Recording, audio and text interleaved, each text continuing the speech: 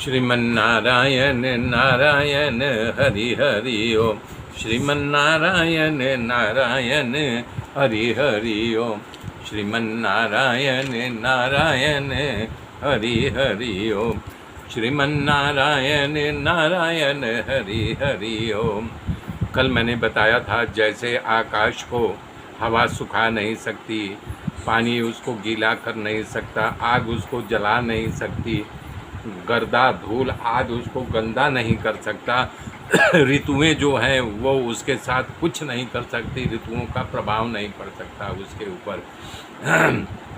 इसी तरह बता रहे हैं सत्य रज तमोगुण आदि कर्म अविनाशी आत्मा को कभी भी स्पर्श नहीं कर सकती है, उसका उसके साथ कोई लेना देना नहीं है, सर्वथा वो उनसे परे है आत्मा।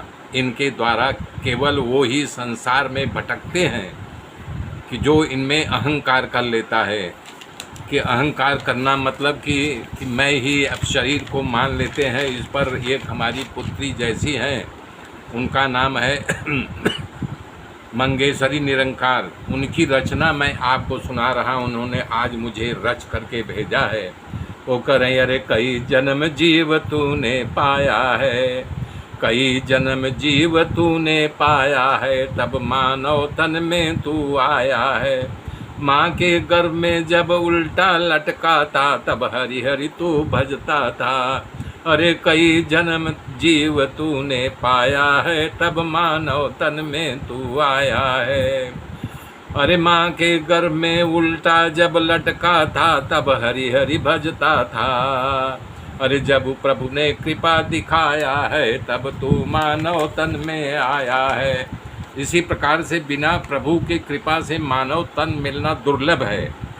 तो जब मानव तन पा जाते हैं तो भगवान को नहीं भजते हैं, इसलिए बार बार उनको जन्म मृत्यु के चक्कर में भटकना पड़ता है। बहुत सही उन्होंने रचना की है।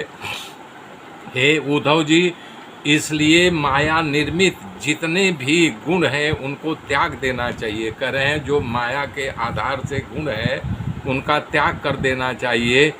बता रहे हैं जो मेरे सुहृद योगी हैं, जो सब कर्मों का त्याग करके रजोगुण तमोगुण आदि जो तीनों गुण हैं त्याग करके सिर्फ मेरे में ही लगे हुए हैं,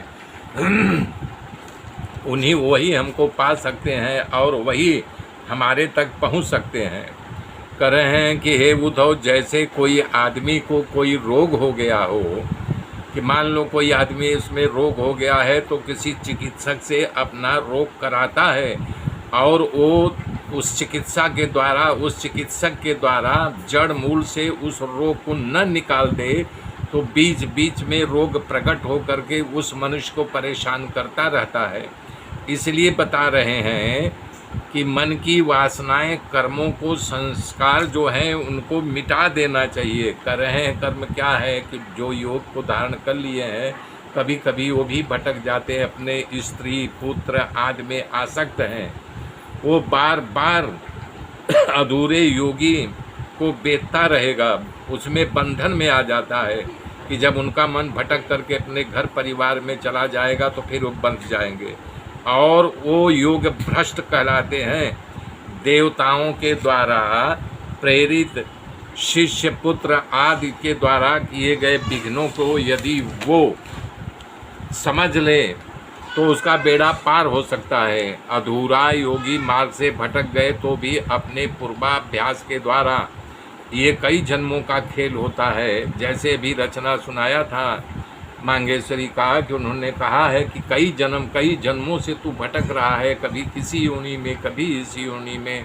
तो ऐसे ही जब ये योग को धारण करता है तो वो मनुष्य ही बनता है। अगर उसका योग छूट गया है तो फिर मनुष्य योनि में आएगा और अपने कर्म को याद करके कर्म को काटे। करे हे उद्धव, जन्म से लेकर के मरण तक जो पूर्व संस्कार है वो मनुष्य को बाधित करता है। जब हम फिर मनुष्य योनि पा गए अपने संस्कारों के बसात तो वो इष्ट और अनिष्ट, बुद्धि और कुबुद्धि, हर्ष विषाद जितने विकार हैं सब हमको सताएंगे, लेकिन विकारों को काटने का प्रयत्न करना चाहिए। वो प्रकृति से बधे रहने भी संस्कारानुसार जो कर्म करते हैं, लेकिन कर्म में लेपायमान नहीं होते हैं। मेरे मित्रों, मेरे साथ जुड़े रहिए, आगे की गाथा फिर कल जोड़ूंगा। तब तक के लिए जय श्री राम।